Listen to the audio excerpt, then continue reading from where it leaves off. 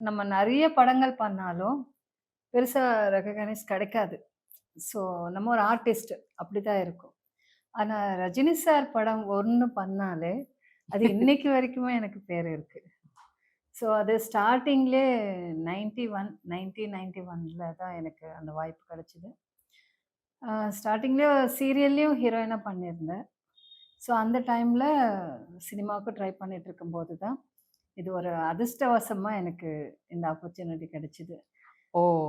அதுல நெறைய செலக்ஷன்ஸ் இருக்கும்ல மேம், இப்போ பொதுவா. செலக்ஷன் அந்த மாதிரிலாம், ஆடிஷன் அந்த மாதிரிலாம் கிடையாது.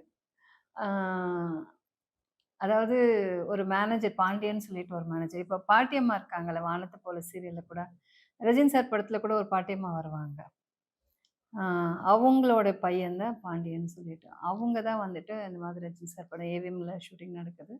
உங்க ஃபோட்டோ குடுங்கன்னு சொல்லிட்டு அம்மாகிட்ட வாங்கிட்டு போய் குடுத்துருக்காங்க. குடுத்ததுக்கப்புறம் அவங்க தான், நாங்க டைரக்ட்டா பேச மாட்டோம். அதனால அம்மா தான் சொல்லுவாங்க, ஏவிஎம்ல வர சொல்லியிருக்காங்க. ஆ பார்க்கணும்னு சொல்லிட்டு. ஆனா யார் பார்க்கணும்னு தெரியாது.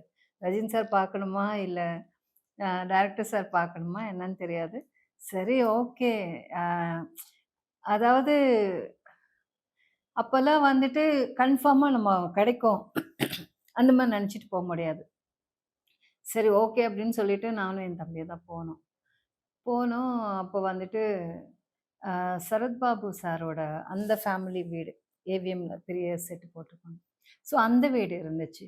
அப்போ வெளியில வந்து ராதாரவி சார் வந்து உட்காந்துட்டு இருந்தார். ஸோ அவர நாங்க பார்த்துட்டு, "போங்க உள்ள போங்க, டைரக்டர் இருக்காங்க" அப்படின்னு சொன்னாங்க.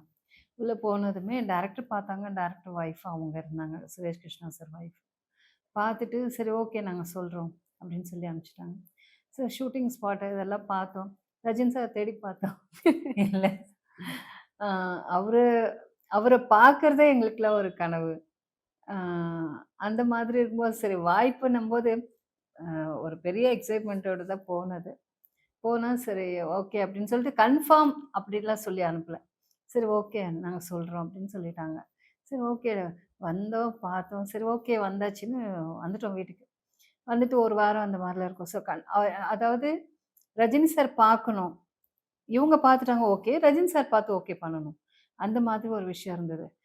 அது வந்து அதுக்கப்புறம் வந்து அப்படியே ஒரு 1 வீக் தள்ளி போயிட்டே இருந்துச்சு. ஸோ கடைசியா கனவுல நான் ஷூட்டிங் போன மாதிரி ரஜினி சார் பார்த்து ஓகே பண்ண மாதிரி, ரஜினி சாரோட நான் நடிச்ச மாதிரி கனவு தான் கண்டேன்.